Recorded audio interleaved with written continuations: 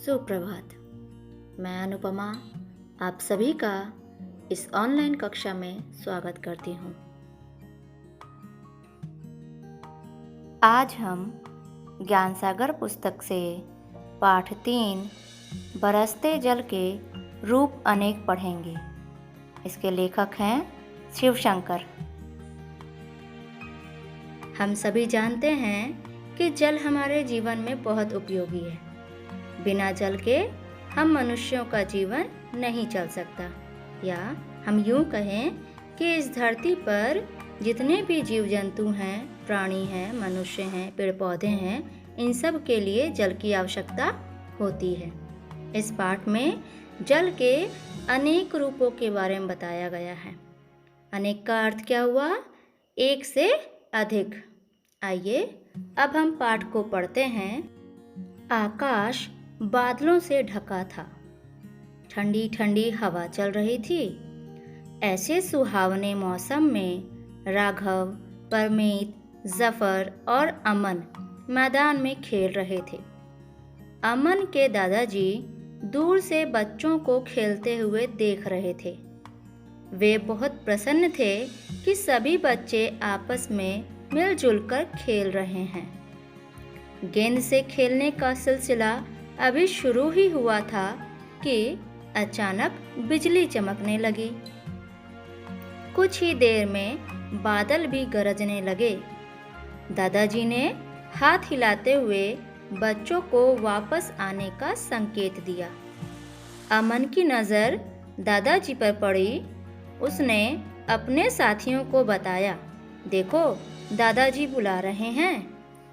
इतने में राघव के गाल पर कुछ टप से गिरा। अरे यह गोली सा क्या है? पढ़े गए अंश को समझ लेते हैं। कहानी की शुरुआत में सुहावने मौसम के बारे में बताया है। मौसम कैसा है? सुहावना, यानी बहुत अच्छा। आकाश में बादल छाए हुए हैं, ठंडी ठंडी हवा चल रही है और इस मौसम में राघव, परमीत, जफर और अमन मैदान में खेल रहे थे। अमन के दादाजी दूर से ही बच्चों को खेलते हुए देख रहे थे। उन्हें बच्चों को इस तरह से मिलकर खेलते हुए देखना अच्छा लग रहा था। अभी गेंद से सभी बच्चे खेलने ही वाले थे कि अचानक से बिजली चमकने लगती है। बादल भी गरजने लगते हैं। दादाजी दूर से ही बच्चे लोग को हाथ से इशारा करके वापस आने के लिए कहते हैं। अगर वापस आने नहीं कहते तो वे लोग बारिश में भीग जाते, इसलिए उनको इशारा से बुलाते हैं। और अमन की नज़र दादाजी पे पड़ जाती है। वह अपने साथियों से, दोस्तों से कहता है कि दादाजी बुला रहे हैं। इतने में ही क्या होता है कि राघव के गाल पर कुछ गिरता है। वह कहता है, अरे यह गोली सा क्या है? यानी जो बूंद उसके गाल पर पड़ी उसे लगता है कि कुछ गोली जैसा उसके गाल पर टपक गया। अब कहानी के अगले अंश को पढ़ते हैं। बारिश शुरू हो गई थी। दादाजी जोर से बोले, बच्चों चलो, ओले पड़ रहे हैं। अमन, राघव, परमीत और जफर सिर पर हाथ रखे अमन के घर की ओर दौड़ पड़े। दादाजी ने चश्मा उतारा और वे बाहर बरामदे में ही अपनी आराम कुर्सी पर बैठ गए। दादाजी बोले, बच्चों आज बहुत दिन बाद ओले पड़े हैं। अच्छा हुआ तुम सब चले आए, नहीं तो सिर पर टपाटप होती। बच्चे दादाजी की बात सुनकर खिलखिलाकर हंस दिए। देखते ही देखते बरामदे के आगे का खुला स्थान ओलों से भर गया। राघव ने दादाजी से पूछा, दादाजी ये ओले क्या होते हैं? पढ़े गए अंशों को समझ लेते हैं। बारिश शुरू हो जाती है। दादाजी जोर से बच्चों से कहते हैं, जल्दी घर के अंदर चले आओ, ओले पड़ने लगे। अमन, राघव, परमीत और जफर सब अपने सर पर क्या करते हैं? हाथ रख लेते हैं और अमन की घर की ओर दौड़ पड़ते हैं। दादाजी ने अपना चश्मा उतार दिया था और वे बाहर ही बरामदे में अपनी आराम कुर्सी पर बैठ गए और बच्चों से कहते हैं कि आज बहुत दिन के बाद ओले पड़ रहे हैं। अच्छा हुआ तुम सब घर के अंदर चले आए, नहीं तो सर पर टपाटप होती, यानी सर पर ही ओले गिरने लगते और तुम सब बच्चों को चोट लग जाती। दादाजी की बातें सुनकर सभी बच्चे जोरों से हंस पड़ते हैं। थोड़ी देर के बाद ही बरामदे के आगे जो खुली जगह होती है वहाँ ओलों से पूरा भर जाता है। राघव दादाजी से सवाल पूछता है, ये ओले क्या होते हैं? अब कहानी के अगले अंश को पढ़ते हैं। दादाजी मुस्कुराए और बोले, बच्चों, वायुमंडल में विद्यमान जल की बूंदें झटके से उछलकर ऊपर चली जाती हैं। ऊपर की हवा बहुत ठंडी होती है। ये बूंदें वहीं जमकर ओले का रूप धारण कर लेती हैं। इसी प्रकार हवा के झोंके इन्हें और ऊपर उछाल देते हैं। इन ओलों के ऊपर बर्फ की और परतें जम जाती हैं। कुछ भारी होने पर ये ओले नीचे की ओर गिरने लगते हैं। वाह दादाजी, मुझे तो यह मालूम ही नहीं था। सभी बच्चे बहुत खुश हुए। दादाजी ने बच्चों से पूछा, क्या तुमने पाला पड़ता देखा है? पाला? सभी बच्चे एक साथ बोले। दादाजी ने कहा, सर्दियों में तुमने देखा होगा कि खेतों में सुबह सुबह बर्फ की एक चादर सी दिखाई देती है, यही पाला है। जब ठंड अधिक पड़ने लगती है तब हवा में मौजूद भाप जम जाती है और बर्फ की चादर के रूप में दिखाई पड़ती है।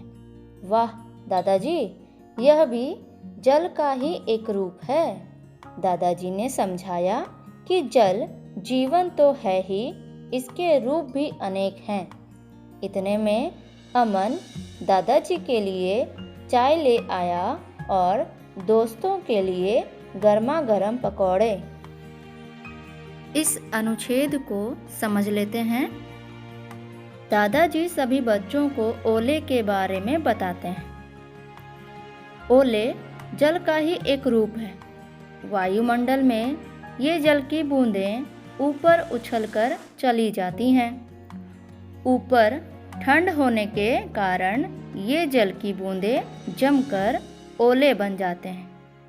इसी तरह हवा इसे और ऊपर उछाल देती है। इन ओलों के ऊपर बर्फ की परत जमने के कारण ये भारी हो जाते हैं और ये ज़मीन पर गिरने लगते हैं। आप सब ने भी बारिश के समय में बर्फ के टुकड़ों को देखा होगा, यही ओला है। सब बड़े ही ध्यान से दादाजी की बातें सुनते हैं। अब दादाजी बच्चों से सवाल पूछते हैं, क्या तुम सब ने पाला पड़ते देखा है? बच्चों को पता नहीं था, इसलिए सभी हैरानी से एक साथ कहते हैं, पाला।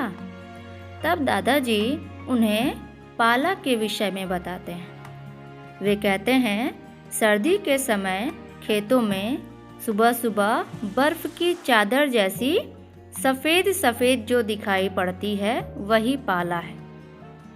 जब अधिक ठंड पड़ती है तब हवा में मौजूद भाप जम जाते हैं और पाला बन जाते हैं। बच्चे जल के अन्य रूप के बारे में जानकर बहुत खुश होते हैं। दादाजी उन्हें समझाते हैं कि जल से ही हमारा जीवन है, पर इसके कई रूप होते हैं, अनेक रूप होते हैं। थोड़ी देर के बाद ही अमन अपने दादाजी के लिए चाय लेकर आता है और अपने दोस्तों के लिए वह गरम गरम पकोड़े ले आया। अब कहानी के अंतिम अनुच्छेद को यानी अंश को पढ़ते हैं। चारों बच्चे खुश थे क्योंकि दादाजी के पास उनके बहुत से सवालों के जवाब थे।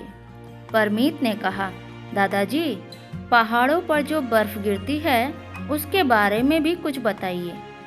दादाजी यह सुनकर मुस्कुराए। दादाजी ने कहा, परमीत, पहाड़ ऊंचाई पर होते हैं ना, तो वहाँ ठंड भी अधिक पड़ती है।